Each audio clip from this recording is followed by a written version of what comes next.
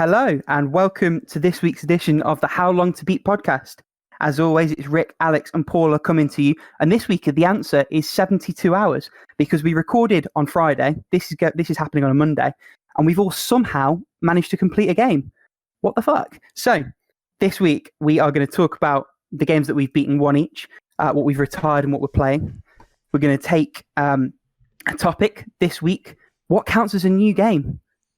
And we're going to take a question from friend of the forum, June, about the evolving games industry before we finish off with the tour de force that is, say it with me, how long to beat the game. Noise. I hope that comes out in the recording. That sounded horrific to me. It sounded really good on my end, actually. So, I'm the one recording. Well, we'll find out, won't we? Speaking of finding out, let's find out what you beat this weekend, Paula.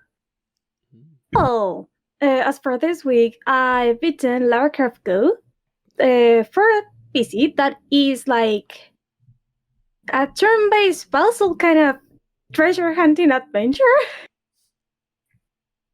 It's kind of weird. So, you play, as Lara Croft, and you have this weird board kind of map.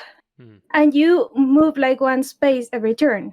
And the thing is, you pretty much have to do stuff in the right order and with the right timing so you can actually pass the level. So, for example, in the first levels, that is actually kind of easy because the only enemy that is on the map is these snake enemies. But, for example, you can kill it from the side or from behind. But if you step in front of it, it kills you. Or other enemies are these lizard kind of things that once you are in the line of sight, and that means 2 steps away from it, it will start following you. So each time you move one spot on the map, the enemy will also move one spot towards you, and it will follow the way you walk. So the first time I've heard about this game was in Game Maker's Toolkit when he was talking about puzzle games and design. Love that guy. And I was like, what is this? Because I haven't seen any kind of puzzle game on this style before. They are usually 2D art and stuff like that, and they're or they're either escape rooms, but I never seen a turn-based adventure that is a puzzle game. Because this is in the series, right? There's Hitman Go, Lara Croft Go, and Deus Ex Go, isn't there? They made the 3 of these. Really? Yeah, so there's 2 more for you to get. They're all slightly different though. So I've actually played all of them, funnily enough, on my phone. The Deus Ex one, if I remember, there's elements of hacking, so there's a mini game for that. Makes sense. And Hitman, it's all multi-tiered levels, and it's slightly differently focused in that you always have a target location or someone that you're going to kill, whereas Lara Croft just sort of, if I remember correctly, predominantly point A to point B sort of situation. But they're good for what they are. I think I played Hitman Go, actually. I remember trying it out. These reviewed quite well at the time, I think. Yeah, they all did relatively well. Hitman Go was in 2014. That's a while ago now. Yeah, they're old, man. I rated Lara Croft as the best of the 3 but it's long enough ago that I couldn't tell you why. But they're on everything as well. They're on PS4. You played on PC, Paula. Android. Anyone on Vita Island, I think at least Hitman and Lara are stranded there with you. So lots of ways to play. That's cool. Well, I mean, Lara Croft Go won Best Mobile Game of the Year for the Game Awards 2015. So, that's pretty prestigious. I mean, who cares about the Game Awards? I know, there was sarcasm there. I didn't know. No, well, there you go. Sorry, but anyway. They might as well have got my gold spoon for achievement for all the difference it makes. Right. So sorry, did you enjoy the experience, Paula? I'm sorry, I kind of jumped on there. We went all It's over okay. the place. Yeah. It's okay. It was pretty enjoyable. Actually, like it's the first time I'm able to play a full puzzle video game like in one go. Because I was like in one go. in one go. Oh, I was like that's my job. Sorry, Rick. You have to try harder to. I need to be quicker. Yeah, go on. So, it was like very, very engaging in the sense like it kept like throwing new stuff at you, like in a way that it didn't feel like, oh no, I just have to deal with more stuff. But it was like, oh, I never get bored of this. So for a puzzle game, I think the only other puzzle game that I completed like in a couple of sittings was like Invento, but even that game I had to take a break from because of the amount of puzzles you have to solve. And in fairness, the Go games are much more grand in terms of their scale in Bento, other than the little in between slides. You're just looking at the box and the slides. But in the Go games, you, particularly Lara Croft, you're climbing mountains, running away from. I think there's a T-Rex scene, isn't there? You're running away from a T-Rex. Giant snake. Big reptile, same thing. Cool. But yeah, so it gives you more visual flair with the puzzles as well. Which really bad. helped. It has like a way to give you like a sense of urgency in some sections, even though it's turn-based. Yeah. How? That's really game cool. magic. It seems to me like I'm sort of sad that, I don't know, it seems as though this is sort of a dying version of mobile game, right? Like the actually involved, like clearly well produced, like a lot of stuff into it. But then again, with Apple Arcade and stuff, I think you're seeing so many of these types of experiences come back. So maybe it's a good thing, right? Maybe subscription services will actually save some of the mobile gaming areas.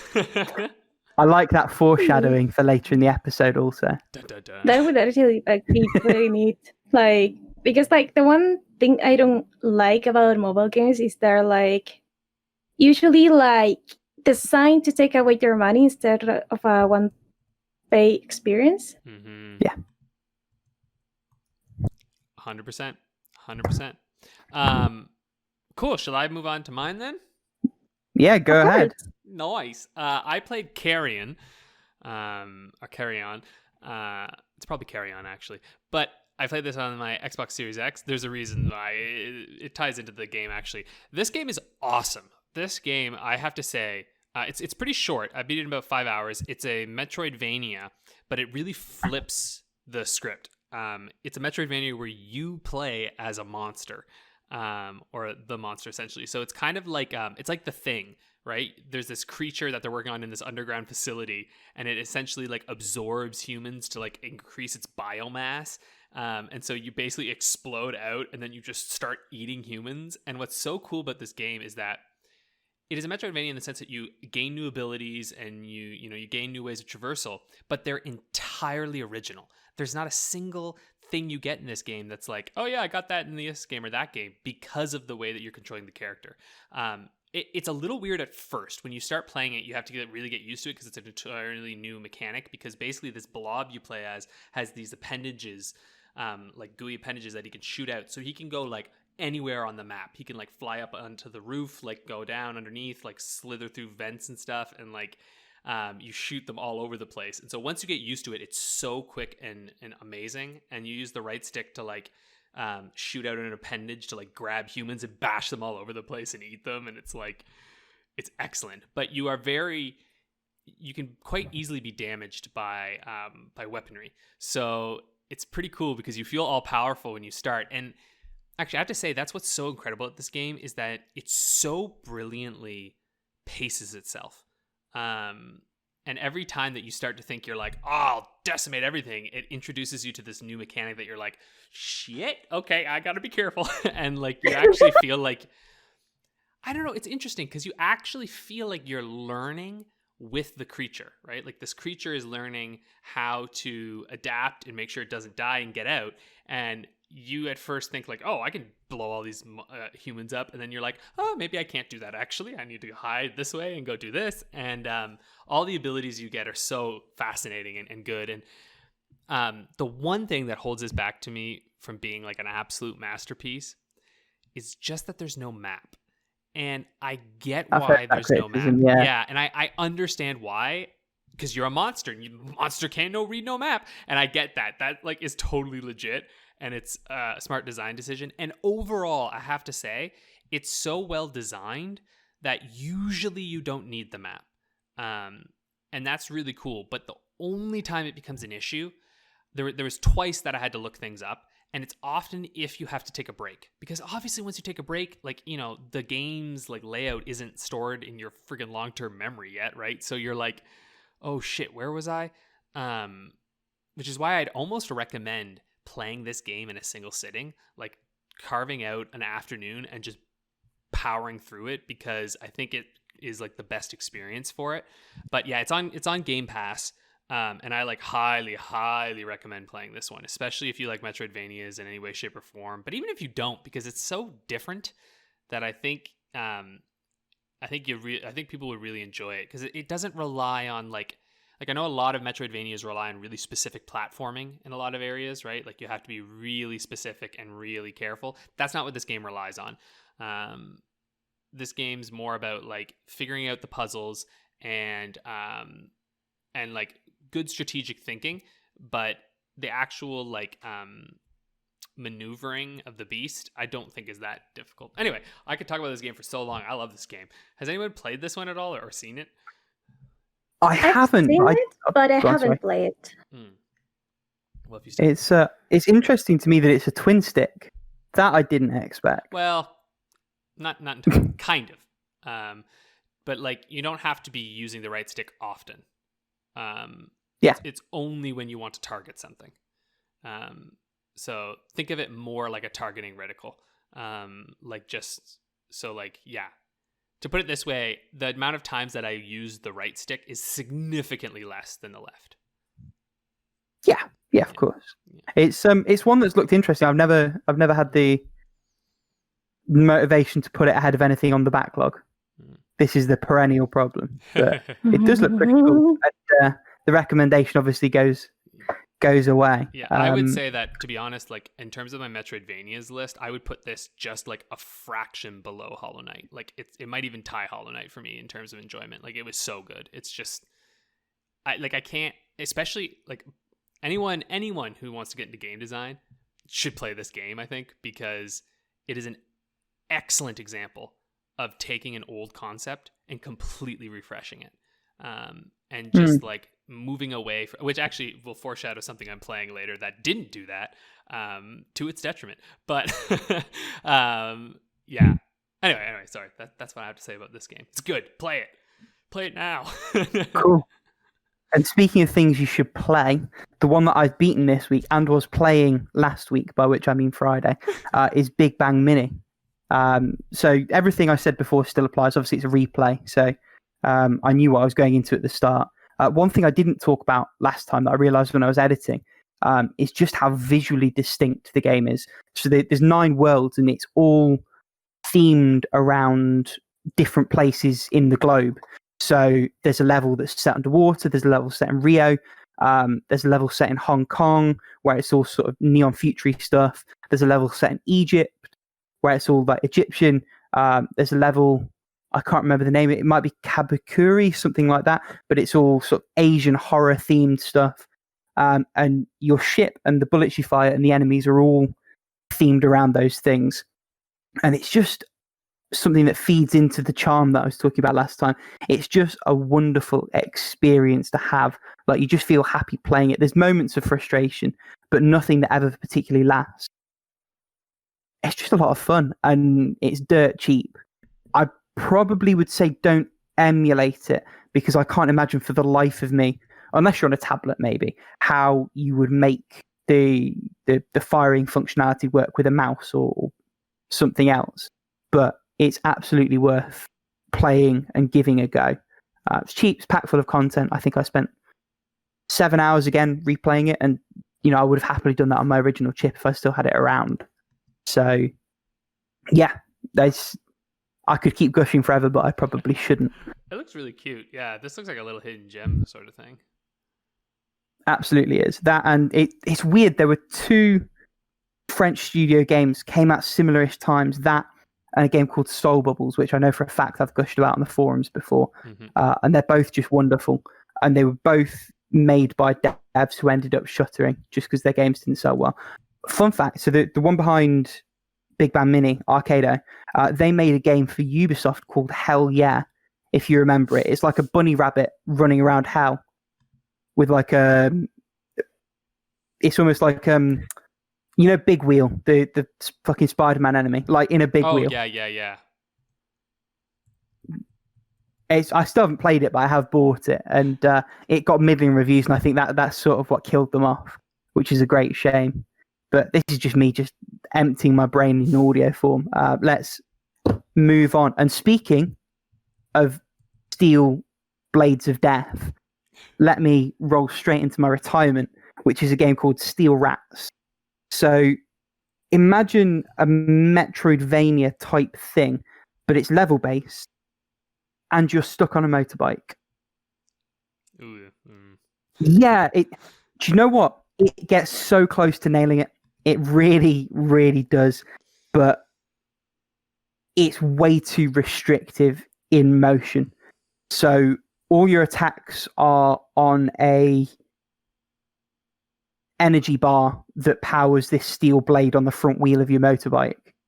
That is also tied into boosting. It's also tied into a couple of other things. And so while you're expected to build up speed and rush around the level and everything else, you've also got to manage this meter, and the systems just feel like they're conflicting with each other. It doesn't quite come together. And I've retired it. I might come back to it at some point, but there's loads of other stuff I'm playing at the moment. And if there is something to be found there past all the sort of jank on the surface, I'm not quite there yet. But I, for now, would say probably avoid. The only upside is that I got it for free through Prime Loot, so I haven't lost any money on it. Just a little bit of time. That's almost damning in of itself, isn't it? I've lost life that I can't get back. Precious time. Dear me. But I haven't really got anything else to say about that. And Paula, you haven't retired anything, have you?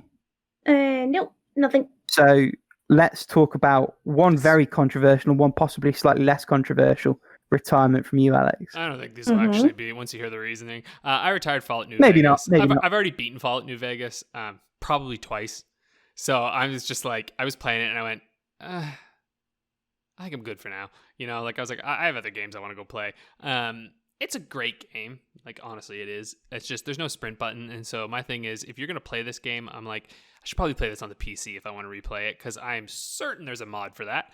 That would just increase it. You know what I mean? And so it's like on the Xbox, I was just like, it's too long. It's going to, it'll falsely extend the playtime. You know what I mean? Like, if I could sprint in that game, I'd be done way faster. And understandably, right. I think that plays into the actual game itself. Like, you're meant to kind of slowly go through so that you can see stuff and go explore it. Like, it's really not a game that you're meant to be face down, run to the next objective.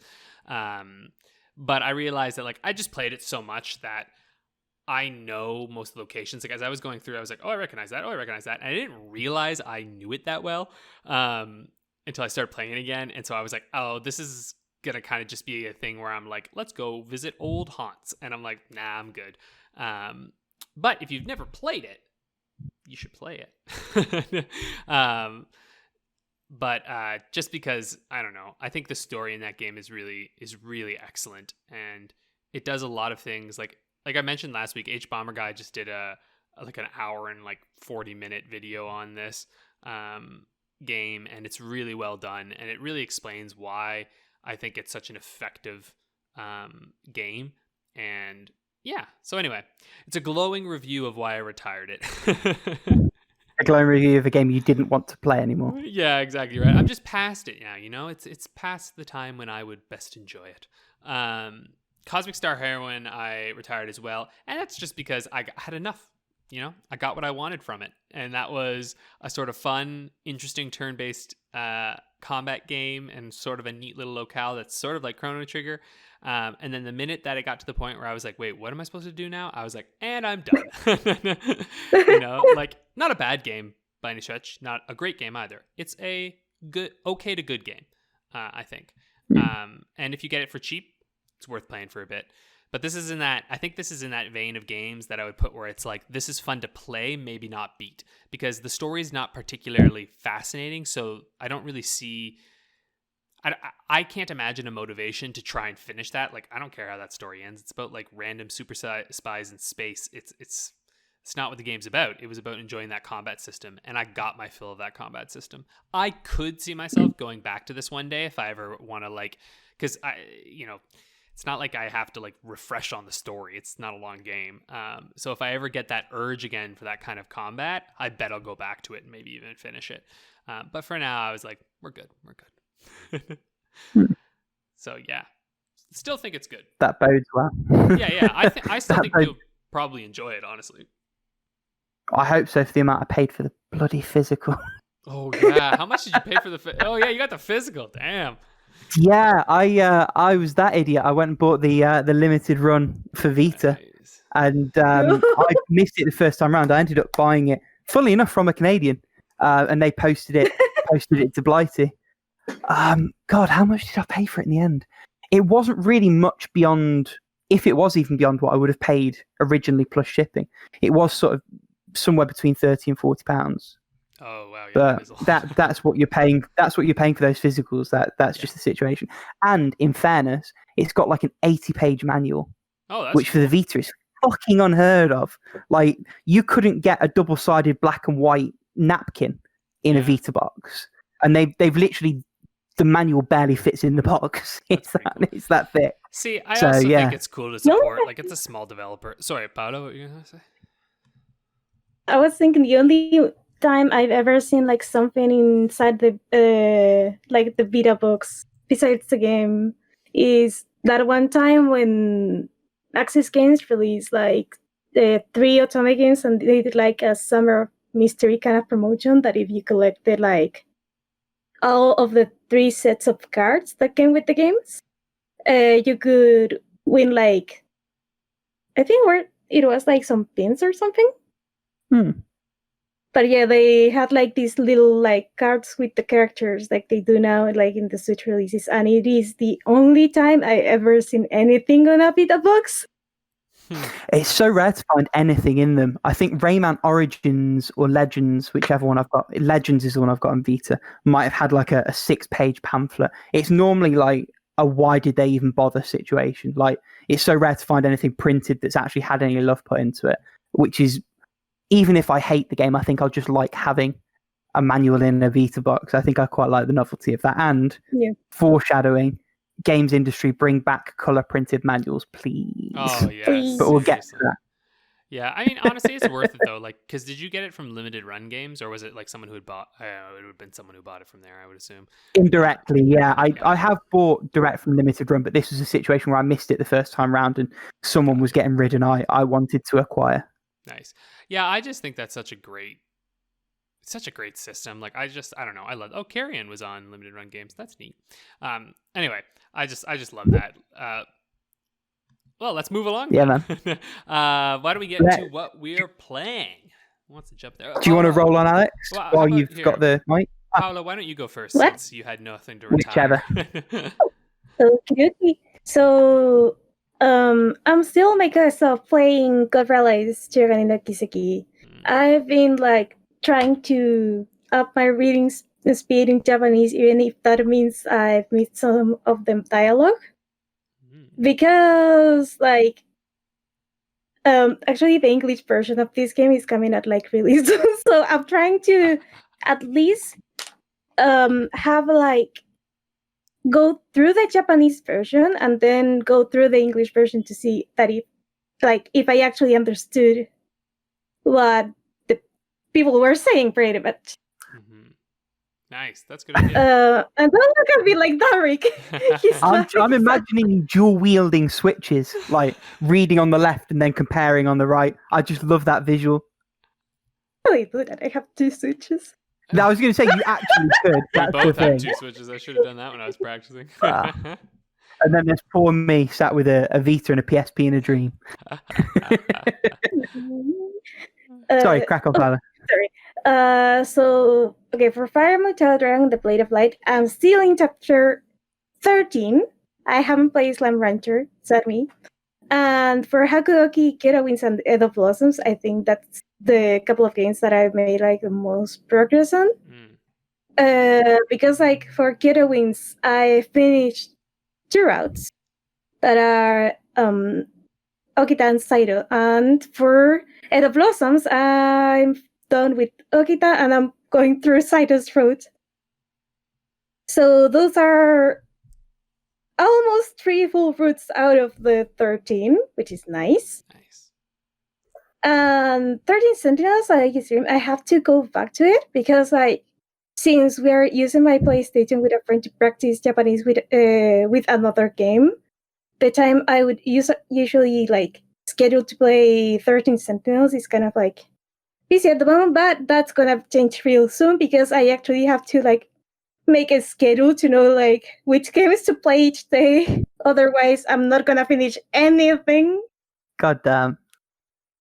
And also, last Sunday, we actually played Monster Prom with Rick and 2 other people from the forums. We did. Friends of the forum, Uwe and Dragon, we got a 4-player Monster Prom session going, and only one of us got a date, and that one of us wasn't me or Paula. Oh. The sad thing is that, I don't know if it's sad or funny, it's like, okay, so I was going for a particular character, and that character always sat in the same table as one of the characters Rick and was it Dragon? Yeah, Dragon. I was going for.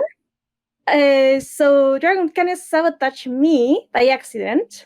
So I had the chance to actually sabotage him and give the points to Rick, and Rick was still like forever alone in Monster Prom Night. Yeah. It was good fun though, right? It was a lot of fun.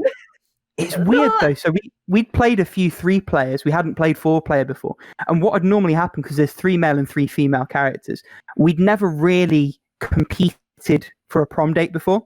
But not only were there 4 now, so there was an element of competition, but also Paula picked up an item that sort of angled her towards the character that Uwe was going after. And the game tried to get me to go down a secret ending route. And as such, took me off the path I was going for the character I'd sort of started the game angling towards asking on a date, and instead had me competing for a different date. So there were 2 characters that 2 of us each were competing for, and in the end, only one of us was successful all round. To be fair, I actually fucked up picking up the tone because we both fucked up noticing that there was like this place that I was trying to get stats from. And it was actually a shop, and I didn't want to spend any money, so I got a random present, and I got this item. And the worst thing is that I really hate that character that was like trying to get closer to me. I'm like, I don't want you. I hate you. I fucking hate you. Let me go talk with this other character. Like that did bring some of the best comedy out though, because it brought the eel out doing like Disney song rip-off, and then like when the princess disappeared, like turning full 70s Russian and talking about overthrowing the monarchy and go the proletariat. It was something. It caught me out. I didn't expect it at all. Didn't expect that. I didn't expect that. Not the stupid eel that at the end I was banking for the eel to actually kill the princess, so the princess will leave me alone. This sounds like a wild and the game. dialogue. It's nuts. It's nuts. The funniest part is the dialogue is like trying to get you to side with the princess and like gently steer her away from what the eel's planning to do. So like the eel was going to poison the punch at this party she was throwing, and like the dialogue options were, why would you serve punch to the serfs? You don't want to give them ideas to you. Or I tell you what's great to put in punch, poison antidote, tastes amazing. And Paula's just like, no, kill her. I don't want her to live. Like, I'm helping you. Help me. I need to get rid of this so I can actually get a date to the prom, because I was actually like doing like pretty well with Liam, and then like stuff happened, and I can't see Liam anymore. And It's this crazy princess is just following me around, and I'm like, I don't want you. You go with the other guy, please. Wow. But once you're on a route, you can't really get out. It's a lot like Among Us, I think, in that a lot of your enjoyment is incumbent on getting a good group together to play it. I see. And that's not on the game. The game's fantastic. It's just a case of like making sure you set up right to enjoy it to the fullest. Sorry, Paula, we've slightly derailed your segment. Hey, that was my last game, and we actually can segue to you because you were also playing. Yes, we can. And I have been playing loads. So there's some games that I'm still playing but didn't play this weekend. So I've still got loads to talk about, but I'm only going to talk about things I've played between last recording on Friday and today. So I've been playing a lot of Fall Guys still. That 4-ball mode is still fantastic. I've got some more crowns, almost all of them dressed as the Doomslayer, which has been a wild ride. That's been fun. We talked about Monster Prom. I finished up the main campaign of Motorstorm RC, so I got all the gold medals on all the main levels. There's 2 DLC packs. There's an RC Pro-Am one, and there's a Carnival one. But I'm going to leave those. I'm going to come back to the game maybe a couple months down the line once I've played some other stuff, because it's good, but I don't want to overdo it. I feel like it's probably a bit early for me personally to need that extra content. So what I've been playing instead on Vita as my little like pickup game is a game called Curses and Chaos. If either of you have played that one. No, is this inspired by Ghosts and Goblins? Maybe slightly. Maybe. I don't really think. I think it's just like a naming convention. So it's by a dev called Tribute, and it's a 2D fighter, but it's like sort of horde level based sort of thing. So you are on a single screen, waves of enemies come in from left and right, and you have to like pick up items, fight off the enemies, get to the end, and each round is on a timer. And if you take too long killing the enemies, the Grim Reaper starts coming and chasing you. And if you don't kill the last enemy before the Reaper gets you, it's insta-death. But it's really simple. It's chunky, pretty pixel art. So that's been my current sort of pick up and put down go-to game. Played a little bit of a wizardry style RPG called Conglomerate 451. So it's that kind of game, but with a cyberpunk setting. I bought it in the Christmas sale. It was just a case of I wanted to play it and make sure I liked it so I didn't have to refund it. So I played the tutorial. It's really good if you're looking for that kind of game or you want some more cyberpunk. Then I heartily recommend it based on what I've played. But having played a little bit, I've got other stuff on the go, so I'm going to sort of park it and come back to it at some point. And that's no reflection on its quality. That's just a case of what plates I've already got spinning. What else have I played? I've been playing some Soul Silver. So I started it, I want to say maybe July of last year. Spent about 8 hours playing it, got through the first 3 gyms, and then I was making some headway on Bravely Default, and it was a case where I've got 2 of these quite beefy turn-based RPGs. One of them has to park, and in the event it was Pokemon that parked. I think I've actually played more with the Pokewalker than I have with the actual game proper. So for anyone who isn't familiar with the remake, when they re-released, I was going to say I thought I could see one behind you, Paula. Yeah, there you go. I've got a Poliwag sat in mine at the moment. Huh. It's fucking adorable. So it's like a little pedometer in the shape of a Pokemon ball. And what you can do, the chips that they made for Heart Gold and Soul Silver actually have an RFID transmitter receiver built into the chip, because that functionality isn't in the DS. And you can send a Pokemon to it. It sits in your pedometer. As you take steps, it gains experience, and you can catch Pokemon from in the Pokewalker. So you pick which route you're on, depending on what route you're on and how many steps you've taken. You can catch different Pokemon while you're walking. It shouldn't be as fun as it is. Like, it's a glorified Tamagotchi, but because it ties into the game and it builds on that charm, I have actually had a blast with that. I've barely played any of the game proper. I've just been playing a lot with Pokewalker at this point, but that will that will change soon. I'm sure. Yeah, those And games then go for so much money online. Like, it's absurd how much Heart Gold and Soul Silver go for. it's disgusting. It is crazy. Like, I actually got my copy like brand new, like near the tail end of the. No, actually, the 3DS was already a thing, but for some reason, like a local store still had like DS games, and I was like, well, okay, I'm taking this, and like, I actually wanted like to get hard gold at some point, but then I saw the prices like for like the case and manuals sell for $70. Just the case and the goddamn manuals, like. It's not quite that bad here, not yet. But I looked out. I got my copy maybe 3 or 4 years ago for around what it was going for new. Obviously, it was used, but that was still only like maybe £40, $45, $50. Yeah, I've got Heart Gold with the Poker Walker, with everything. Yeah, and I think I actually got it used from an EB Games way back in the day. So I probably paid the least I possibly could for it. Yeah, I did get it used from EB Games because I don't have the Poker Walker with it. Oh, okay. Well, I never used the Man, that's the best bit, genuinely. Like, I've had more fun with the Poker Walker than I have actually playing Pokemon. I think I was saying it to someone at the time when I first started it.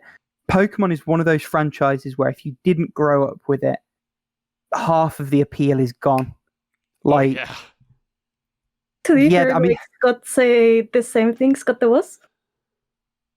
He might well have done, in fairness. I feel like I've seen that video, but I'm not sure. It's just all right.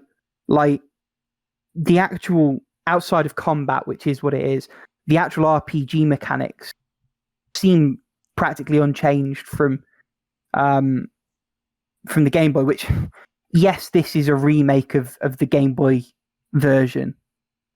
But probably like say something about it, but later in the major topic. Oh, something you're saying in the major. Okay, gotcha. Yeah, that is a good point, actually. Although, in fairness, to foreshadow, I think they probably do enough with the Poker Walker and the updated graphics to justify it being a new release. It's just a case of the game design isn't up to scratch if you haven't got nostalgia for the series. That's just where I sit on it. It's not that it's bad, but I think it's telling that I picked Bravely Default over it, even as I was hitting some of the bullshit that game throws at you.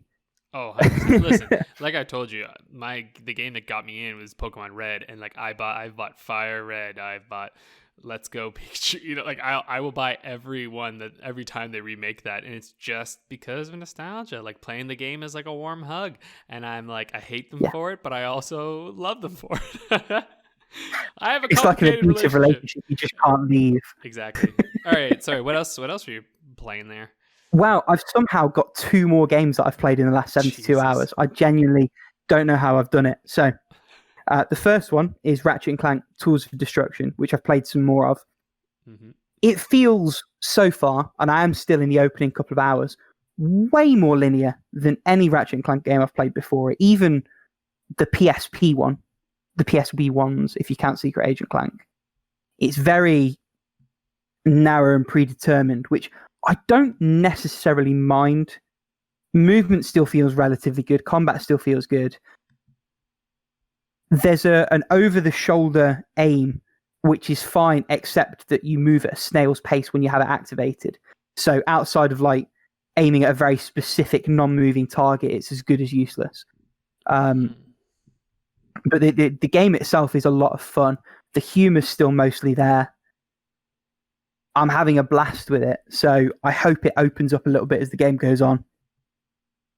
Because as it stands, as much as I'm enjoying it, it doesn't feel like it reaches the heights of any of the original PS3 games yet. So we'll see how that one goes. And the last one, this is quite a recent release, I don't know if any of you have heard of this one, is Raji, an Ancient Epic. I've heard of this one. This is the one made by I actually want to play it at some point. That's the one. Sorry, what was that, Paula? Oh, I've been keeping an eye on it because I want to get it and play it, but then I look at the backlog and then I decide to do otherwise. Yeah, it's I to be fair, I hadn't planned to buy this. This was this was a Christmas present from my brother. He bought it for me on Steam, and I bought him something the other way. It's really good, actually. I think the setting does a lot to carry it. So obviously you don't see many games from that perspective in that sort of setting.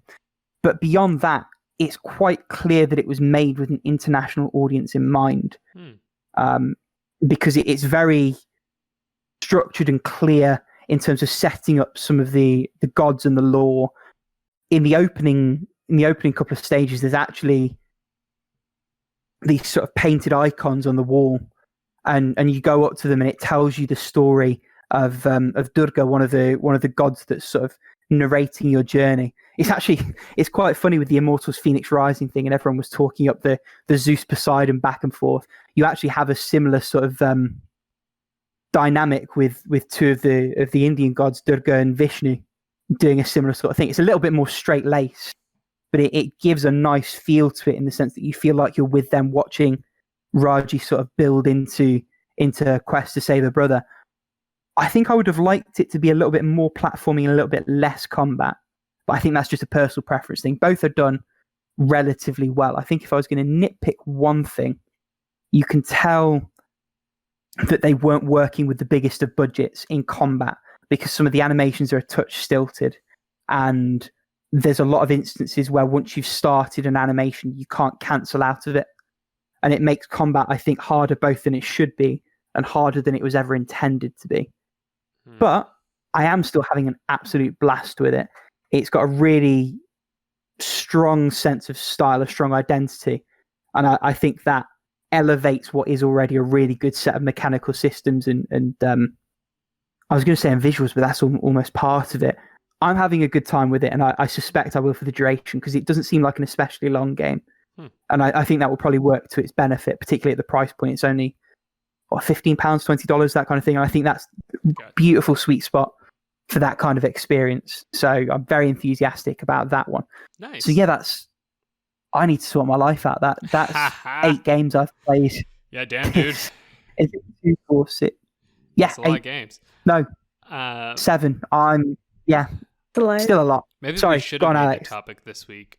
How many games should a person play at one time? Yeah. Yes. Right. I'm still playing Kadelka. I actually did play some Kadelka.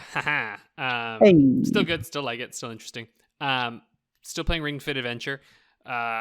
It's just starting to open up a little more for me too. Like it's really a full-fledged RPG. Like I'm quite impressed with it. Like it's a game, you know. Like it's not just some kind of Put that on the back of the box. It's a game. Yeah, Alex I think a 5101. lot of people, though, you think about it, right? Like you probably imagine something like Wii Fitness, which really isn't. Like it's just kind of like step on, here's a little, I don't know, here's your exercise for the day. But this thing like has a real sense of progression to it, which I actually really love, because that in and of itself is part of the difficulty with exercising. Like when you start exercising, progress is pretty quick, right? You make a lot of progress quite fast, but then what happens is you plateau. And then you right? plateau. Yeah. And I've been plateaued for a freaking year. I mean, quarantine was kind of nice, because when I went into quarantine, I like lost a little bit of muscle mass, and then when the gyms opened back up, when it was like, you know, safer in the summer, I suddenly like bulked right up again, and I was like, yeah. And now I'm like losing a little bit, and I know that when they open up again, I'm just gonna be like, yeah. So it's like giving me that like little boost, you know. But this game actually does it where like you do feel like you're making progress and like you're accomplishing something, and I think that I'm certain that's probably helped quite a few people maintain a routine with this, because routine is really what it's all about. Anyway, it's good stuff. If you have a hard time setting routines, maybe try this game. I'm a routine monster. I love routine. Routine is my life, so I have no problem there. Then I started 2 other games. We'll talk about Bloodstained first. So I'm playing Bloodstained Ritual of the Night on my Xbox, which, man, the Xbox is spoiling me. I don't think I could play indie games anywhere else now, because, oh my God, it's so fast. It's just so fast. Like, I've maybe look at a loading screen for like a second, and then it's just like back, and I'm like, oh, yes. It's so good. So yeah, this is by the creator of Castlevania. This is Castlevania, basically. Like this is Big Igarashi. Yeah, actually, this is the continuation of Castlevania, and I say that like in the Symphony of the Night style. And this is what I alluded to a little bit earlier when I was talking about Carrion, and how this is a good game. Like I like this game. It's very much like playing. This is where, damn, I wish I could remember this better. It's either Harmony of Dissonance or Aria of Sorrow, but one of them has it where you absorb the souls of the demons. Aria. It's Aria. Okay, good. Yeah. That's the whole thing. It's also Dawn of Sorrow. They're and Dawn of one Sorrow. after another. Yeah, so it follows in that tradition because you get these shards that come into you. And it's cool, but it's too much. So, but this is the thing. Too much how? Well, in the sense that, like, I don't want to fucking spend 300 hours in my menu deciding which one of these magic spells to use. You know what I mean? Like, it becomes a little bit too much in the sense that you have almost too much choice. And the reality is some of them are just better than others. So you're just going to stick to one or two. Still, it's fine. It's good. I don't mind. I'm sure some people love having all of these different shards that you can get. But yeah, Rick's like me. And I'm like, yeah, it's fine. But I do think there's something to be said about streamlining that a little bit more. Because it actually removes a little bit of the environmental puzzling because there are so many different shards that you can get that you can't necessarily set up a lot of environmental puzzles that require them because there's no guarantee anyone's going to have one of them. And with so many creatures, it would be too much to expect a person to go and find those. So I actually think it limits the game in a lot of ways. For instance, it's so interesting because they start the game showing you that, like, look, you can use fire to set cannons off, and that never happens again. So it's like it literally shows you a gameplay mechanic that it will never ever utilize again. And that type of shard in particular, like, hardly ever. And I mean, it will utilize it in a different way later. But anyway, it's a really minor thing. I just find it to be a little disappointing because it's like this game is taking none of the lessons that have come since those games were made. Which is like a little frustrating, you know? Like, you're playing it and it's like, dude, since Aria of Sorrow and Dawn of Sorrow and all this shit has released, there's been a lot of shit that's happened. Like, can we update this a little bit? But it's almost like too faithful. So in some ways, that's probably music to a lot of people's ears when they're like, oh shit, too faithful to Symphony and all that. It's great. But I promise you, if you play this game, you will be frustrated. Guaranteed. Anyone who plays this game is going to leave frustrated at some point. And maybe that's fine. Maybe that's a good thing. But it is grindy in a lot of areas. And that grindiness is kind of optional because, you know, but it's not really. See, this is what frustrates me a little bit. So the shards can stack, right? You can stack 9 shards. As in of the same kind, yes. like multiply. And it upgrades the shard. It upgrades them. But here's the deal. Okay. They're random drops, right? So what does this create? It creates you going into a room, smack, smack, smack, leave, smack, smack, smack, leave, smack, smack, smack, leave. And you repeat that until you get your fucking shards. And if it's anything like the older ones, there's an item or items that you can pick up that multiply that chance. Exactly. And if you want to do it. Like, they spec around that. And this is probably just a player choice thing. Because I'm one of those weirdos that, like, certainly in Order of Ecclesia, and I think maybe in a couple of the others, was that guy where, like, I put a podcast on and I went in and out the same room a few times until I had all the bits. And I'm all the things you're saying are sort of making me quite excited to get around to it eventually. I'm planning to replay the DS ones at some point anyway, and that'll potentially bleed in perfectly to that. I would maybe play this one before the DS ones. Like, it's probably better than those, but like, I would just try. But yeah, I know it's just, yeah. Like, like I said, I'm fine with it to a level, but then there's also just a part of me that's like, God damn it, man. Like, isn't there a better way to do this? But the rest of it's great. Like, there's also some pretty fun Easter eggs for other indie video games in there that I have to admit, one of them I was like, yeah, this is dope. But, like, the exploration's all there, right? It's a big old castle you're exploring. There are these fun little quests that they do. I will say, you have kind of a home base where, like, you can do this, like, crafting and, like, making food and stuff for people and things, which, yeah, you're like, oh, I hate that. And I'm like, no, yeah, I was sort of like, I kind of love that. I was like, oh, give me a checklist of shit to do. And I'm like, I'll do it. But eventually it does get a little, like, in the weeds of, like, what am I supposed to do? So let me put it this way. I'm about 50% of the way through. I'm doing the bonus route now, which is like, the true ending. Like I've gotten to the point where I could beat the game. And like it's classic. This is classic Symphony of the Night Castlevania where you can beat it, big air quotes.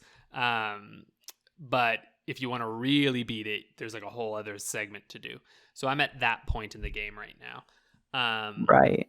And yeah, so I don't know. Like I can't give it a glowing review because I just think that it sticks almost too firmly to game design concepts of the past to the point where there are rooms where I'm like, dude, this is the exact same fucking enemy layout that you did in fucking every single one of these. Like since Symphony of the Night, you have put these fucking Medusa heads that stone you with harpies in a clockish gearish room. I'm like, come up with a new idea, man. Like that's just like but people love the Medusa heads and the gears and they like that. I don't give a fucking shit, man. You can like the Medusa heads somewhere else. I'm like, I see it and I go, oh yeah, cool. And then I'm like, oh my God, are we doing this again? Like, I get it. Like there's fan service, but then there's also like, why not? I don't even know. You don't even have to necessarily subvert expectations because I don't really give a shit about that. But just like use them in a new way. You know what I mean? Like that's all that I'm really asking. Use them in a new way. And don't give me that room again. I don't want to see that room ever again. The thing is, I'm taking the piss. I know exactly what you mean. Like you know that is in every Castlevania. Right? It's in every single one. It's the stupid fucking clock tower. Yeah, you're like, oh my God. It's nostalgia. The game, they see it and they're like, yeah. Yeah. I know. It's the member berries. Remember the clock tower? Yeah. Remember Medusa? Yeah, remember. That's exactly what it is, right? So anyway, yeah. If you like Symphony of the Night, play this game. You will like this game. If you like Aria of Sora, play this game. Sora, play this game. You'll love it. You will. And I will beat this game because I also love it, but I hate it, but I love it. And that's my relationship with Castlevania games. And I think many gamers' relationship with them is you're like, fuck this fucking game. I'll beat you. And that's kind of how it goes. Right? Yeah. I'm also playing what I would argue is probably a hidden gem, Shaman King, Master of Spirits 2 on the Game Boy Advance. Okay. So Shaman King is this old anime that got me into Shonen Jump, actually. How this was the thing that got me into Shonen Jump, I don't know. But it was Shaman King. I remember for instance, it's the first manga I ever owned. And I didn't know what manga was when I was a kid. I still didn't know what it was when I got it. It was just a comic that read backwards. And I was like, why is it backwards? And I reread that first volume like 100 times. I remember nothing of this, to be honest. All I know is there's this young boy, and I forget the name of his spirit, but basically there are these ghosts and spirits that you can sort of channel, and so you like fight with those. This game is a Castlevania game, and it's really good. So basically, it's a little more level based in a sense. You basically have this overworld map. But it's just points, right? And so you kind of go to them, and then when you click them, you enter into a level, which would sort of be like, some of them are really just like a castle room in a Castlevania game, while others are a bit longer.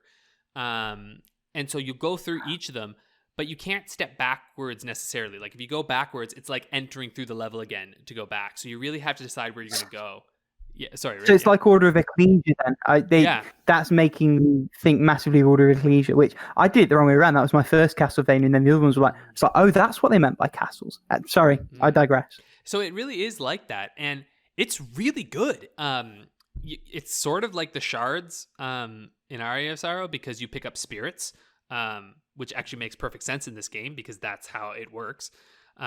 You have all of these decks that you can do, so your right and left triggers on the Game Boy Advance are your spirits, but you can actually set up a number of decks, so they'll have like the different spirits, and you can like click select to switch between them really quickly. Like Order of Ecclesia, although it's on the X button for that, but yeah. Yeah, there you go. So it is Order of Ecclesia from the sounds, but Order of Ecclesia before Order of Ecclesia was a thing. When you think about it, this was the precursor, actually. So, yeah, I mean, it looks pretty good. To be fair, I've got a YouTube video popped up now, and I'm it's kind really of good. wondering how I didn't Like, I feel like, you know that episode of The Simpsons where Barney first has a Duff beer? He's like, where have you been all my life? Honestly, that's what this game, like, as I was playing it, I'm just like, what the hell? This game's really, really good. The story doesn't make a whole lot of sense because I don't know Shaman King, but I think that's probably why this has gone under the radar for a lot of people, is that it's a freaking Shaman King game. And like, there were so many licensed games on the Game Boy Advance, but this is in the vein of, you know, Astro Boy in terms of quality, you know? Like, it's one of those things where you're just like, shit, the combat is excellent. The level design is fun and interesting.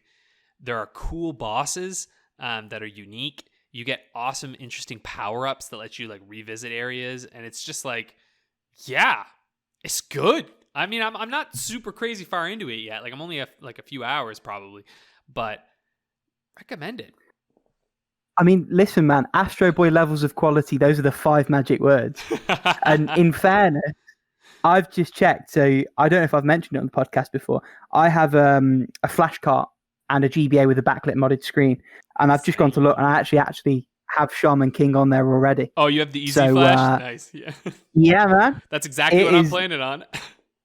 Oh, there you go. It's maybe to feature on an episode soon on my end of things, because you have massively piqued my interest on that. Good. Yeah, it's not very long. Like, what I'm seeing on How Long to Beat, there's not enough like entries though, so like only 5 people have beaten it on How Long to Beat. So this tells me that this is a hidden gem, and I have to say, like, yeah, everybody listening, if you like Castlevania games, play this game. You will enjoy it. It looks about 4 hours, judging by the video walkthrough I've got popped up. Yeah, which means I could probably beat this by the next game. I'm gonna pop into this some more then and play it and see if I can beat it. Real good one. All right, that's everything that we've been playing. Why don't we move along to our topic for the week? We actually talked for quite a while about all this stuff. I'm surprised. For only having 2 days, we played a lot of stuff. So our major topic this week is, when is a game considered new? And so this conversation popped up for us around the time, actually, I don't even think it was around the time Persona 5 Royal was releasing, but we were sort of talking about Persona 5 Royal at that time, and sort of discussing, like, is this game new enough, right? And I think this conversation always comes up when you see like Game of the Year editions, or you see these sort of, I don't even know what you would call Persona 5 Royal. I was trying to Google, what the hell do we call this game? How do we classify this game? And to be fair, I've put it in the show notes because I think one of the things we have to remember is it's coming out of Japan, and what Japan have a tradition of doing, and you'll see this with Final Fantasies, with Kingdom Hearts, with various other franchises.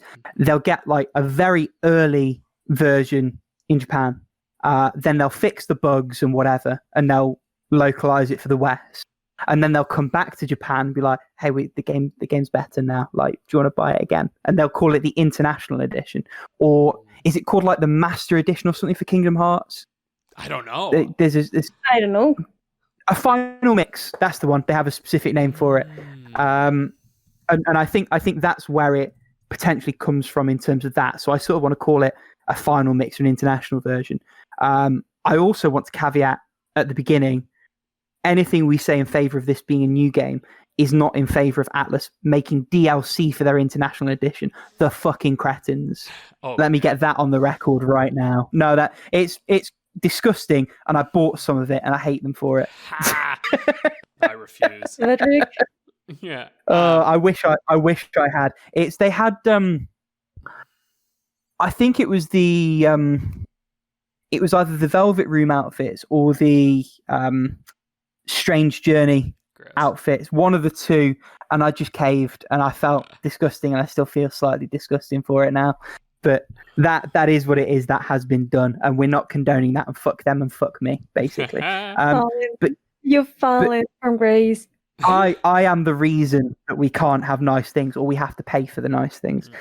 But I do think that P5R counts as a new game. So, like, obviously, you say that's where the discussion started. My personal position, and it's sort of the same for most things, is that if there's enough content for it to be released separately as a game in and of its own right, then that justifies it. And for P5R, they've rebalanced the whole base game. They've added a third semester.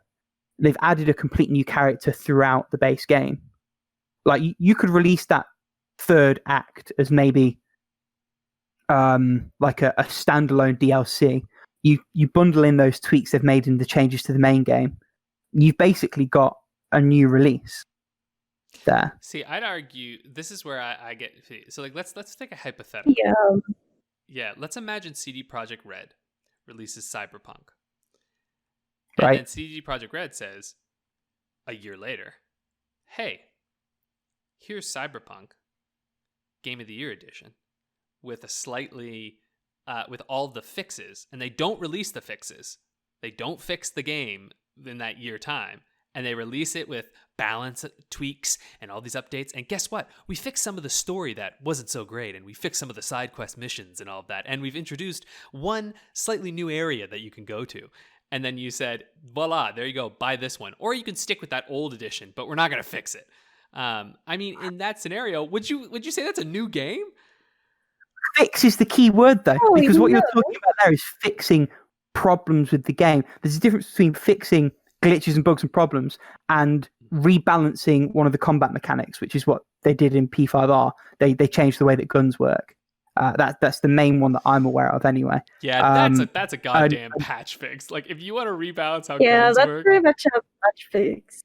So I disagree on that. Sorry, I Paula, have a we've been little talking too something to much. say Yeah. because, like, for example, I play like Persona 4 and Persona 4 Golden. That it's like kind of a similar situation to Royal, but I think it's kind of different in some ways because I played a couple of hours of Royal. Granted, I haven't seen like anything from the third semester, but I already have like once a scene that wasn't like the original game, and that's all I've seen so far. That it's different. Shit. Okay. So, this is the thing, So apparently- in the sorry, case go of Persona 4 and Persona 4 Golden, that I've played through Persona 4 almost all the campaign. My save file is like at my boyfriend's PlayStation 3 because I actually had to play like backwards compatible stuff. But the thing about Persona 4 is like the dungeon crawling stuff, it's like the same, but I kind of feel like there isn't much of a balancing being done like between the two versions. But what I found interesting is that in Persona 4 Golden you have like this shuffle time that in Golden you can like choose cards to have like effects, and if you want you can actually like choose all the cards and get like bonus and stuff.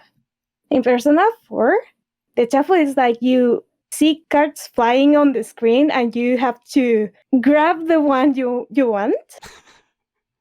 And the bonuses work in a very different way. Like, for example, if you get like the death card, and I don't remember if it was like the upright or downright position, you fully heal your SP at the cost of ending with like 1 HP for each character, and you get kicked out of the dungeon. But that is like pretty much like something you actually want, because you can just heal with whatever character you have as a healer and then go back in the dungeon. And I find that the pacing of how you do the dungeons is completely different based on which version of the game you're playing, because maybe in Golden you have to take a little bit more time because you don't have like that wild card. See what I did there? Sorry, that wild card.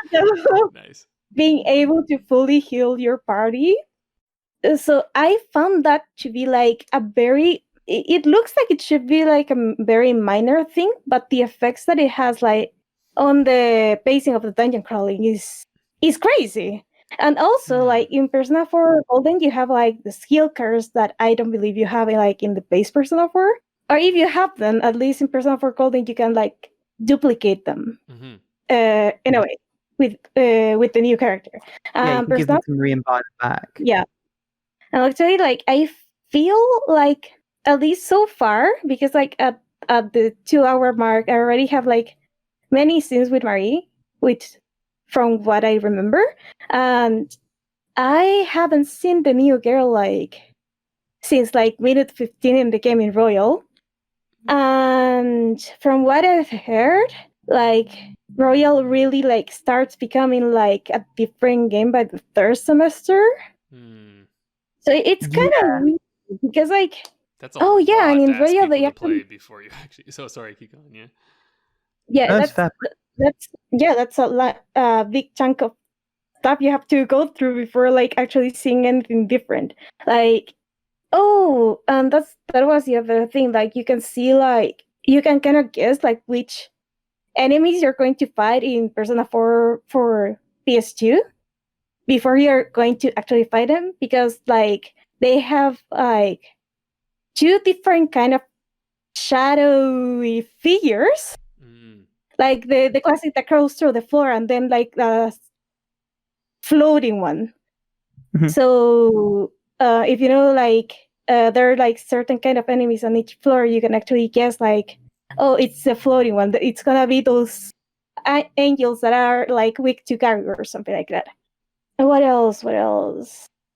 Oh, in Persona 4 Golden Lake, they also added like the animated cutscenes. I'm not sure about some things. I think. No, yeah. They actually added like full voice acting to Golden, because Persona 4, only had like partial voice acting. And of course, you have like the final segment of the game that is like that was added on Golden, kind of like the third semester in Royal. But I think like but I think that Persona 4 Golden has way more changes that actually like justify the remake. Plus, it's being because put onto a new system, right? Like that counts. Yeah, of course it does. And the graphics, I think, were upscaled, and they made some changes because of the just the more power that you have in the Vita than you did in the PS2. Even the end of life, because 4 came out in like 2008, didn't it? And the PS3 had been out for like 2 years by that point. And see, I suppose. Go on. Oh, sorry. I was going to say, this actually reminds me a little bit of. So I recently bought Catherine on the Xbox because it's the original 360 one, and it was $3 or something. It was on sale. And I was wondering, because there's Catherine Fully Loaded, right? Which is the new remastered full body. That's it. Fully reloaded. Yeah. What am I talking about? Full body. Thank you. On the PS4 and on the Xbox One and stuff. And they added a new Catherine in that game. So, this game is like a puzzler. They changed some of the controls and stuff, and to make it like a little bit more fluid, I think. And they added some more like puzzle stuff into it. And from what I've read from individuals who actually play both of them, so just understand that I haven't played these yet, but the pacing is really off now. Like, they've added this new thing, so there's actually a little bit of a feeling of a glut in the new release, because the original game, was made with this like tight conceit of two right, yeah. And so it's like you actually sometimes run the risk of bloating your game by trying to justify it as a new game, right? And like that's part of why I sort of think like, and like what you're talking about, Paula, too, it's like it sounds like Persona 5 Royal might fall into this trap of where it's like, did they even add enough? And if so, does it just sort of screw up the later parts of it? Like that game was long enough as is. Like I played through the entirety of Persona 5, and I have zero fucking desire to go back and play all of that again just to get a like extra into the third semester. You know what I mean? It's like it would be nice if they did. I actually gonna say like. People are going to say like I'm a masochist or something like that, because like I have more than one bone to pick with Persona 5 because of how, in my opinion, it is like super showy and stylish, but it has no substance in a way. Interesting. And people are gonna argue with me probably, because like people that play Persona 5 Royal, like I love the hell out of that game, and I'm gonna say, okay, you're valid, but I don't like many. I'm gonna let you finish, but I don't like a lot of the stuff that Persona 5 does. Mainly the fact that like the confidence. First of all, like in prior games, like you have like a wide variety of characters to just talk to and like okay, I'm just gonna say it like it is. Like Persona 5 felt like the confidence system is just a waifu simulator. Because like which of these ladies do you want to bone? That's the worst part. Like in Persona 4 you actually have like a range of characters, but only like the ones that make sense are like eligible to go in like in a date or something. But Persona 5 is like, why? Yeah, you're like dating your teacher at one point. That was not a thing in Persona 4, from what I remember. That was not a thing in Persona 4. That was weird. You run away from your teacher. Yeah, I was like, usually you like screw the teacher. Anyway, sorry, Rick. What were you got? So yeah, why don't we try to round back onto this a little bit though? Right, come back around. All I was going to say is, I think it would have been smart of them to do something like Fez is the answer, Persona 3's like international version, where you can maybe have a montage of Casimire's involvement up to that point, and then just like move straight to the third semester. But I think what we're probably hitting at is that all of this is subjective in terms of how much constitutes a new game to you. So like where I think an extra, and I suppose the Catherine example is actually quite interesting as well, because I played the original. I haven't played Full Body. I've got no interest in playing Full Body. As far as I'm concerned, that game was as well conceived as it could ever be. And the third character wouldn't. But in terms of whether or not it's a new game, that story from start to finish is basically identical. What you've got is effectively like a character add-on. That's DLC. That's well established. That if you want a character add-on, Persona 5 Royal is. It's character add-ons and all the other things, and it's fine that we disagree on that. It's okay. But Catherine Full Body changed the puzzle mechanics as well too in some of it. So like what you're arguing, yeah, but that's like the gun tweaks. It's the same thing, dude.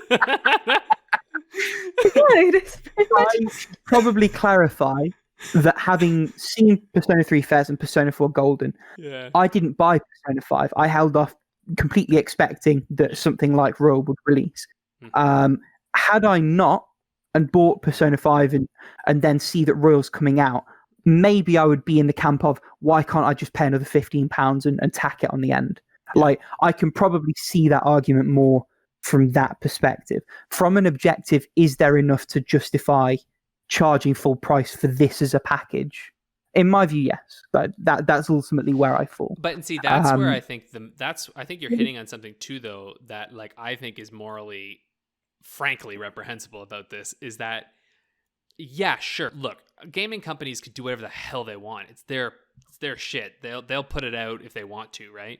But I think the fact that they don't offer individuals who bought their game and enjoyed their game an upgrade path is nuts. I mean, it's like the Control Ultimate Edition. You know what I mean? I was actually about to mention that, and that's slightly different in that that's not a new game. That's a HD texture pack and the Game of the Year stuff bundled in. Yeah. But that was fucked up. Yeah. Sorry. I gotta think like these kind of like re-releases, paying full price for a re-release is justified. Like you have like a re-release that is actually like in another console years later. Yeah. Because but like it makes sense for Golden, it makes sense for Catherine, even though they butcher it with the new route. Mm-hmm. But why would you do like the royal thing? That is just like being a greedy bastard. It especially makes no sense to me because they could have waited a fucking year, maybe year and a half, and they could have released this on PS5. Like, I just don't get it. I'm like, I guess it's because PS4 has a larger user base, so that's money, right? Also, yeah, if it's releasing on PS5, how much louder do you think the calls would be to say, well, I've got the original PS4, I don't have a PS5 yet. Let me have this content as a DLC add-on. Yeah. Oh, yeah, but here's my thing. the genius Maybe of that's it is make it a the cross thing. game so soon. If this was a cross generation thing, you know what I'm saying? Where it's like, hey, it's on the PS4, but really the best edition is on the PS5. I mean, then they can have their cake and eat it too, you know? Like, I don't know. Maybe. But anyway. To be fair, Persona Yeah. 5 is originally like a cross-platform game. Yeah, I know. Isn't that insane? That was on the PS3. It's like... So this was our conversation on, is Persona 5 Royal a new game? Yeah. Well, let's see another example. It's just, well, like, thinking about, like, well, we did sort of touch on the other thing. Because A little bit, yeah. I just feel like...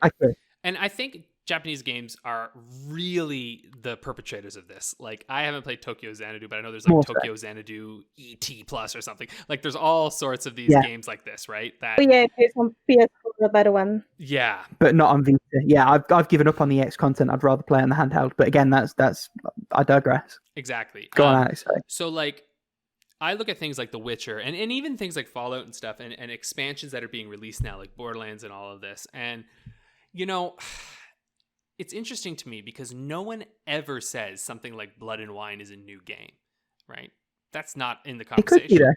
Yeah, the reality is, like I'm saying, it has enough to be, but even CD Projekt Red refuses to like label it as such, right? It is an expansion. It's like an expansion onto. And I just personally find that, and again, we can get into season passes now, which is becoming a whole new headache of like people charging like full game prices for season passes. My God, this might bleed. Do you remember when we used to have a problem with one season? I know, right? Oh wait, sorry, what was that, Paula? And now they've got 2 or 3. So Pokemon Sword and Shield, anyone? I know, yeah, there's expansion, and you're like, oh my God. And so it's just, I feel like we're entering into this dangerous world at this point, and like we've been in it for a while, of where it's just like, you create the game, and you release the game, and then it's like, ooh, what expansions should we make for it? And there's almost this like expectation of expansions, and like I want expansions if the game does well and the game is good, you know what I mean? And there's a justification. But now I almost feel like, and that's where I think honestly Persona 5 Royal feels a little, it's coming back to that again, feels a little bit like we've done this for 3, we've done this for 4, I guess we got to do this for 5. Because it just doesn't make sense. Why wasn't that just built in when they were creating the game, you know? Although we're all saying this having not played the Royal content. Oh yeah, I don't fucking. We To be probably fair, I were played putting that part of the caveat in Royal there. content. Yeah, I'm not saying you have to. I'm saying that you're saying you don't think it's worth it, but without having any knowledge of what it actually is. It's not even that it's not. I've looked up what it is. I've watched shit on that. What it is. It's not worth it. Yeah. I've done my No research. spoilers, please. No spoilers. Yeah, these days you don't have to play a game to know about the game. Let's play. What? There's a place where you can watch a game being played. I what? know, it's crazy. Anyway, I don't know. I guess. That was good. Sorry, was that Paula? Go ahead. Oh, I was just going to say, I guess ultimately, this might be an interesting topic for us to touch back on again because there's more to hit on this. Maybe when another game like this releases. But I think what we're sort of hinting at here is that like it's mostly a not exactly consumer friendly practice. It feels different when it's released on a different console or handheld. It feels like a new release in those worlds, but that it seems like the sticking point might be when this is released within the same console generation. That seems to be a bit of like a sticking point, you know, like, I don't know. It's certainly more egregious there. Yeah. And you, Alex, saying you want them to stop doing that. Maybe that's a wonderful segue into our question this week. This week, coming from friend of the podcast, Let's Talk About June, aka June Guy, as of like 3 days ago, who asks, how do you hope to see video games stroke the gaming industry evolve in the future? And I'm not really sure personally, so I'm going to hope that you two do the heavy lifting. I sort of want it to not. I sort of want it to go back to sort of tentpole singular releases. I want less of the recurrent spending bullshit. But I would actually quite like to keep big Battle Royale multiplayer experiences and certain aspects of it. So I don't really have a coherent idea of what I want to say to the answer to this question. So help. Okay, so first of all, I would like for microtransactions, like in general, and loot boxes that are still kicking, even though they're illegal in a lot of countries. And pretty much like stuff like that to go the fuck away. Yeah. Because like, or even like, I just wish that we were getting like more like complete games. You buy the thing, you play the final version of the thing on day one on your console, because let's face it, Cyberpunk is not the only case of a buggy mess being patched to be playable. And why do the day one patch? Like, why? Like, if the game isn't ready, it isn't ready. Yeah. Honestly, I suppose the argument there, if I'm going to play devil's advocate, is for timing. So if you want to sort of launch for Christmas and it's going to be ready, like forget Cyberpunk, because obviously that's a whole other but that's conversation. an executive if it's bullshit thing. I don't give a fuck about execs. Right. So let's not make the exception the rule. Yeah. If you are a competent developer and you know that November deadline 4 weeks away, the game will be ready and ironed and finished in perfect form. Yeah. But you've got to press those discs now to launch on that day. You press the discs now. You make sure the patch is ready to go. Oh yeah. And in an ideal world, the consumer knows no different. The problem is when that's not even abused, just not even done properly, which is, I think, what you're alluding to. Well, so I will. Yeah, your game has to be ready to go. Yeah, but what happens if I don't know, Little Billy receives his game for Christmas and he doesn't know that he has to download a thing for his game to work properly? Or what if like this is like the one time I remember like being scared for my save file at some point, that Pokemon X and Y, when it released, it had like a game-breaking bug that if you save in Lumiose City, you could actually like break your game. Yeah. I was lucky that I didn't, because I actually got the game like on day one, and the patch was like a couple of days later. And I went through Lumiose City, but since I had like the 3DS, I just put it like in sleep and didn't actually save on Lumiose City. And if it wasn't because of my gaming habits, I would have saved and crashed my game. Yeah, but on your first example, there's a console for people who can't access the internet all the time, and that's the Xbox 360. Ayo. Wait, what? Sorry, that my little meme out of the way. Did you know? Oh, right, okay. I'm like, I don't know what you're talking about. back when the Xbox One was unveiled at E3, it was like a whole thing that it was going to be always online. Don Matrick had that famous snafu with an interviewer where they were like, why would it always be online? It's like, if you don't want it to be online, just buy an Xbox 360. Man, and I think he left joined Zing at like 3 weeks later. Yeah. Jumped before he was pushed. Yeah, it's interesting when you're talking about that stuff. Yeah, I would love... So first off, like my true answer to this is I just really hope that the game industry evolves in ways I can't expect, like that's always the most exciting thing when like game industry suddenly goes into a direction that you're like, oh, I didn't know you could do this.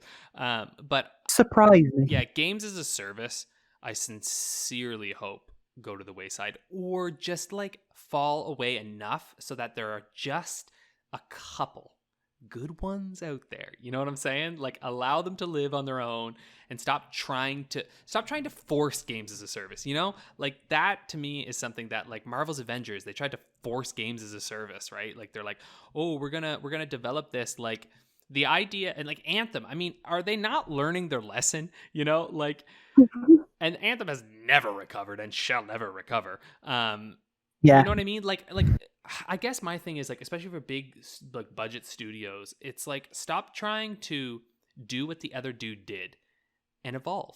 Like in this one, right? Take concepts and try to take them into the next logical level or the next step, or maybe not even the logical step. Like just I would love to see more of that risk taking and innovation, particularly from the bigger studios who actually have that money to throw around. I don't want to see like let's make a Destiny clone.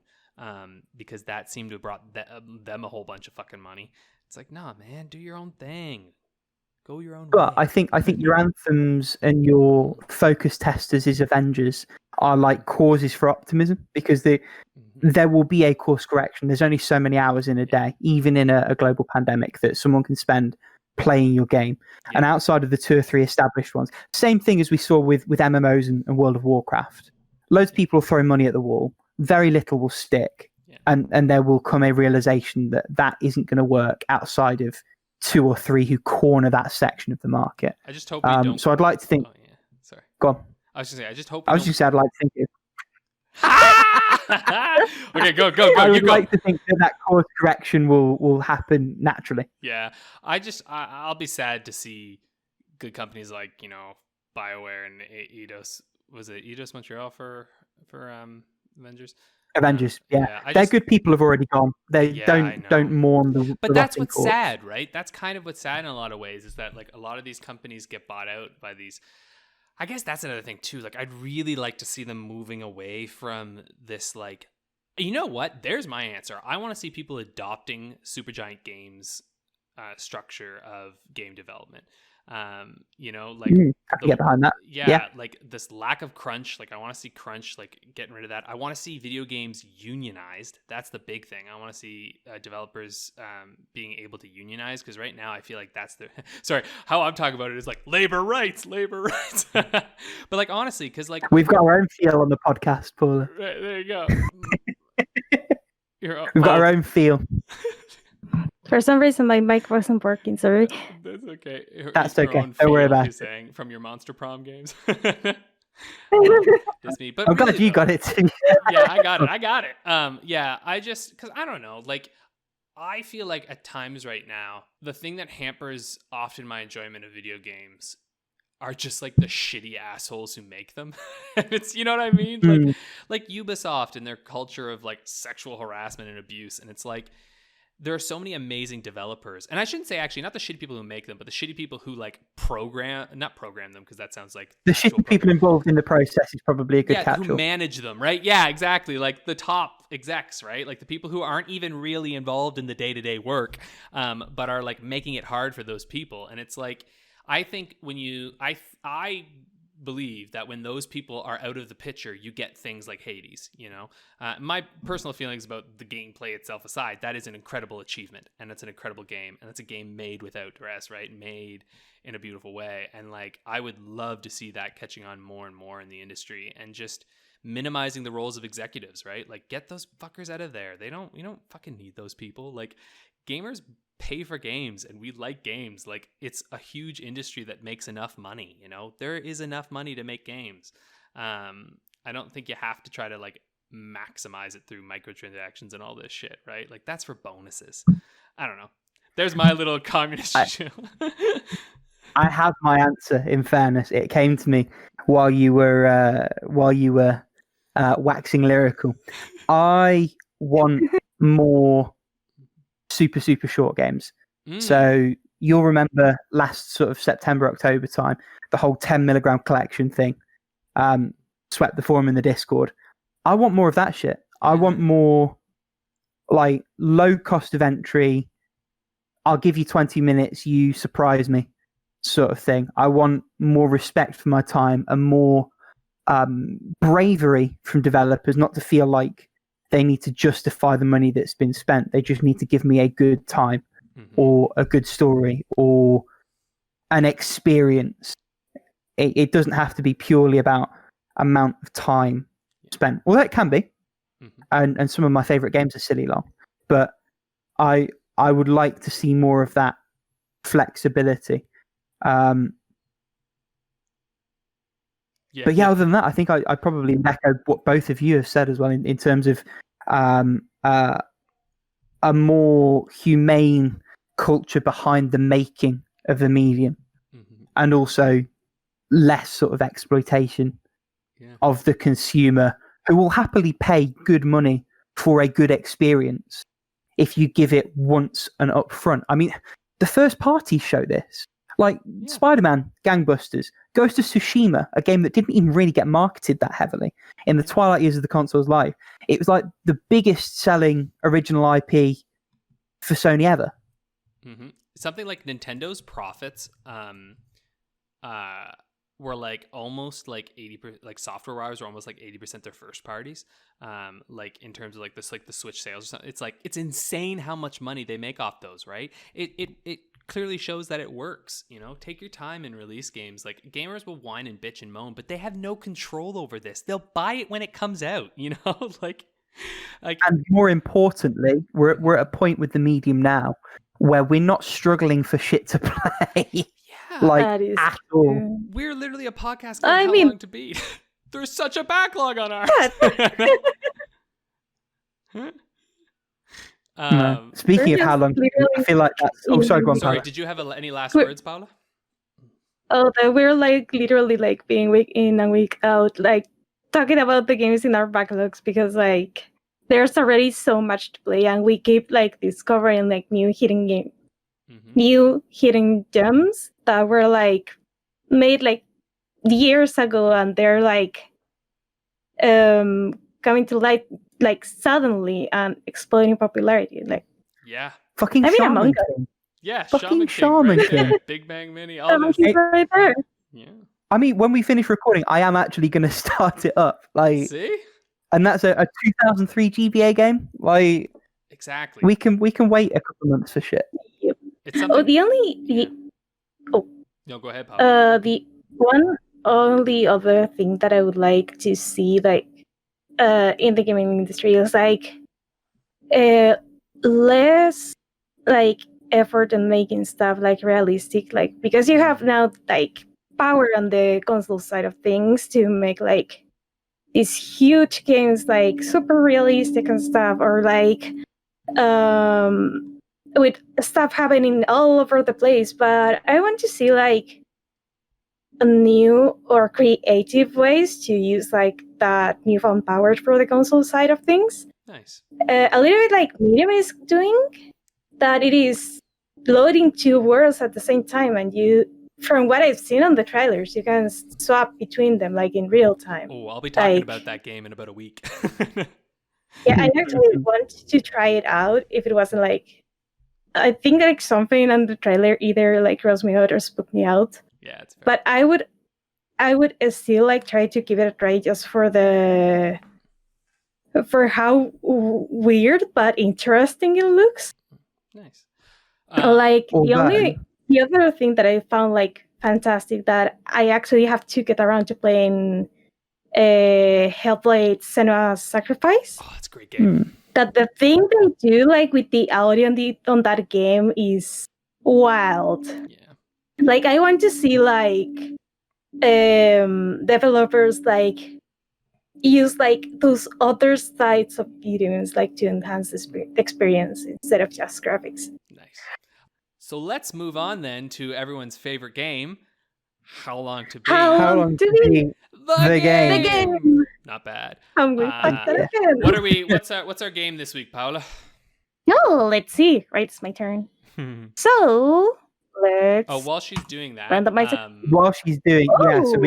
we're going to give a rule change a go this week. So instead of just like saying our times out loud and then all conforming to each other as the sheeple we are, we're each going to type them out individually, hit enter at the same time and lock them in, and then read them out for you so that you actually know what's going on, and make it a little bit more suspenseful for us while we're playing. What are we working with this week, Paula? Working with Bioshock 2. Oh, I am gonna be such a disadvantage here because I know what I'm putting. I have a relatively good idea. And it's just Bioshock 2, I right? have Like this isn't no Bioshock idea. 2 with the DLC. It's just the main game, huh? it just says Bioshock 2, Okay, so okay, I just to assume be- it Depends is. on the user base. How good are the community? Yeah. Right. Dial in your answers. Okay. Okay. I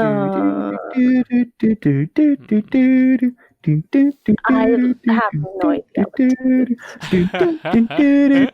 Like, zero idea what to put there.